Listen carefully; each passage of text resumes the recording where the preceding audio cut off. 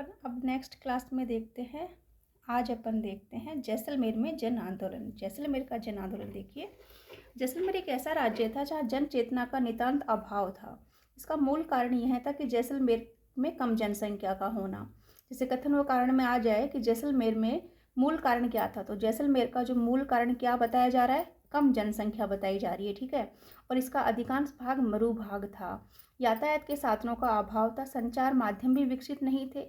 यहाँ के राजा जन आकांक्षाओं को अधिक दबा रखा था। यही कारण है कि पहला समाचार पत्र कौन सा, पहला समाचार पत्र कौन, विजय 1920 में प्रारंभ हुआ था और 1932 ईस्वी में महेश्वरी समाज नवयुग मंडल का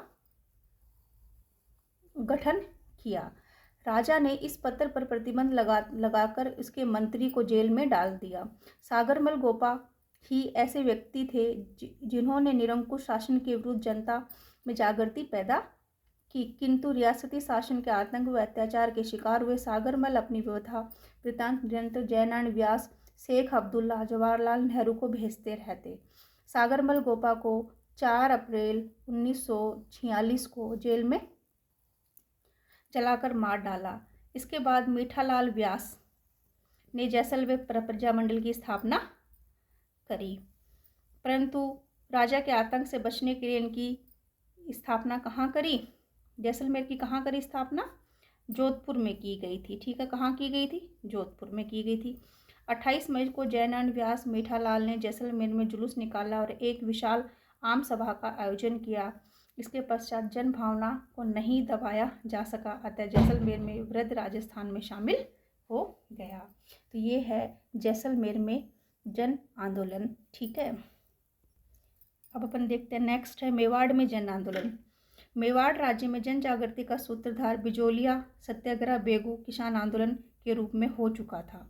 1938 में माणिक्यलाल वर्मा ने मेवाड़ प्रजामंडल की स्थापना की और मेवाड़ के तत्कालीन प्रधानमंत्री धर्म नारायण ने इसे गैर कानूनी संस्था घोषित कर दिया। मेवाड़ के वहाँ तो जो तत्कालीन जो प्रधानमंत्री कौन थे जिन्होंने करी थी, धर्म नारायण। माणिक्यलाल वर्मा को मेवाड़ छोड़कर चले जाने का आदेश दिया। इस पर माणिक्यलाल वर्मा अजमेर चले गए, यहाँ से निकले और अजमेर चले गए। अपनी और गतिविधियों का संचालन वहाँ रहकर करने लगे, लेकिन मेवाड़ की सरकार ने फरवरी 1939 ईस्वी में माणिक्यलाल वर्मा को देवली में जबरदस्ती उठा लिया और उन्हें यातनाएं ही नहीं दी अपितु मुकदमा चलाकर जेल में डाल दिया। 1941 में प्रजामंडल से प्रतिबंध हटा दिया गया और नवंबर, ये माणिक्यलाल वर्मा जी की फोटो देखिए आप, नवंबर 1921 में प्रजामंडल का प्रथम अधिवेशन माणिक्यलाल वर्मा सभापति के रूप में धूमधाम के साथ हुआ। इस अवसर पर आचार्य JB कृपलानी, विजय लक्ष्मी पंडित और आई। खादी और ग्रामोद्योग प्रदर्शनियों का भी आयोजन भी किया गया। बाद में मेवाड़ हरिजन सेवा संघ की स्थापना की गई और इसका कार्य मोहनलाल सुखाड़िया को सौंपा गया। इस प्रकार भील मीणा आदिवासियों के कल्याण का कार्य बलवंत सिंह मेहता को सुपुर्द किया गया। अगस्त 1942 में जब महात्मा गांधी ने भारत छोड़ो आंदोलन चलाया तो प्रजामंडल को फिर गैर कानूनी संस्था घोषित कर दिया गया। इसके संबंध में नेताओं को गिरफ्तार कर लिया गया। दिसंबर 1945 को मेवाड़ प्रजामंडल के नियंत्रण पर अखिल भारतीय देसी राज्य लोक परिषद का 7वां अधिवेशन जो उदयपुर में हुआ आयोजित किया गया, जिसमें 435 प्रतिनिधि ने भाग लिया। इस सम्मेलन की अध्यक्षता जवाहरलाल नेहरू ने करी। धीरे धीरे देश के साथ मेवाड़ में भी परिवर्तन आने लगा। महाराणा उत्तरदायी शासन की मांग को आंशिक रूप से स्वीकार करते हुए मेवाड़ में नया संविधान दिया, जिसका प्रारूप KM मुंशी ने तैयार किया था और स्वतंत्रता के बाद मेवाड़ भी राजस्थान में विलय हो गया।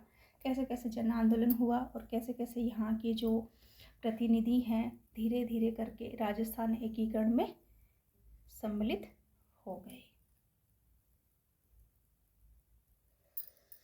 अपन देखते हैं कोटा में जन आंदोलन। कोटा में जन जागृति का सूत्रपात्र 1918 से ही आरंभ हो गया था। कोटा निवासी ने भी विदेशी वस्तुओं का बहिष्कार चालू कर दिया था। उनमें गांधी टोपी पहनने जाने का उत्साह शुरू हुआ। यह पंडित नैनूराम शर्मा पहले व्यक्ति थे जिन्होंने राजकीय सेवाओं का त्याग कर सार्वजनिक जीवन में प्रवेश किया। कौन थे? नैनूराम शर्मा थे। विजय सिंह पथिक के द्वारा स्थापित राजस्थान सेवा संघ के सक्रिय सदस्य बन गए। उन्होंने सर्वप्रथम बेगार प्रथा के विरुद्ध कोटा में आंदोलन चलाया। कहाँ चलाया? सर्वप्रथम बेगार प्रथा के विरुद्ध किसने चलाया था? नैनूराम शर्मा ने चलाया था। कहाँ चलाया था? कोटा में चलाया था। फिर देखिए 1934 में हाड़ौती में प्रजामंडल की स्थापना हुई। 1934 में हुई। इनके साथ ही पंडित अभिनय हरि हो गए और दोनों ने ही मिलकर सरकार से उत्तरदायी सरकार बनाने का आग्रह किया। अभिनय हरि मांगरोल के रहने वाले थे, इसलिए उन्होंने 1939 में कोटा राज्य प्रजामंडल का अधिवेशन वहाँ किया और उसकी अध्यक्षता नैनूराम शर्मा ने की। अधिवेशन में स्वागत अध्यक्ष सेठ मोतीलाल बनाए गए। 1940 ईस्वी में कोटा की रामतलाई क्षेत्र में कोटा प्रजामंडल का अधिवेशन आयोजन हुआ। कहाँ हुआ था? 1940 में रामतलाई क्षेत्र है जो अधिवेशन आयोजित किया गया था रामतलाई में।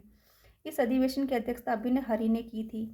इस सम्मेलन में विजय सिंह पथिक भी भाग लेने आए थे। कोटा प्रजामंडल की गतिविधियों को उस समय गहरा धक्का लगा जब नैनूराम शर्मा अज्ञात लोगों ने हत्या कर दी और इससे पंडित अभिनय हरि का प्रजामंडल का पूरा भार आ गया। 1942 में भारत छोड़ो आंदोलन के समय अभिनय हरि ने भी भारत छोड़ो आंदोलन छेड़ा। इस आंदोलन ने इनके साथ मास्टर शंभू दयाल सक्सेना, नाथूराम जैन, श्याम नारायण सक्सेना, सेठ मोतीलाल, वकील वेणी माधव, श्रीमती वेणी माधव इत्यादि इनके साथ थे। 1945 ईस्वी में इस आंदोलन में विद्यार्थी भी शामिल हो गए। उन्होंने जुलूस निकाले और आम सभाएं आयोजित की। प्रदर्शनकारियों पर लाठीचार्ज हुए, लेकिन भीड़ ने इस शहर कोतवाली पर कब्जा कर तिरंगा झंडा फहरा दिया। कोटा के शहर पन्हा के फाटक बंद कर दिए गए।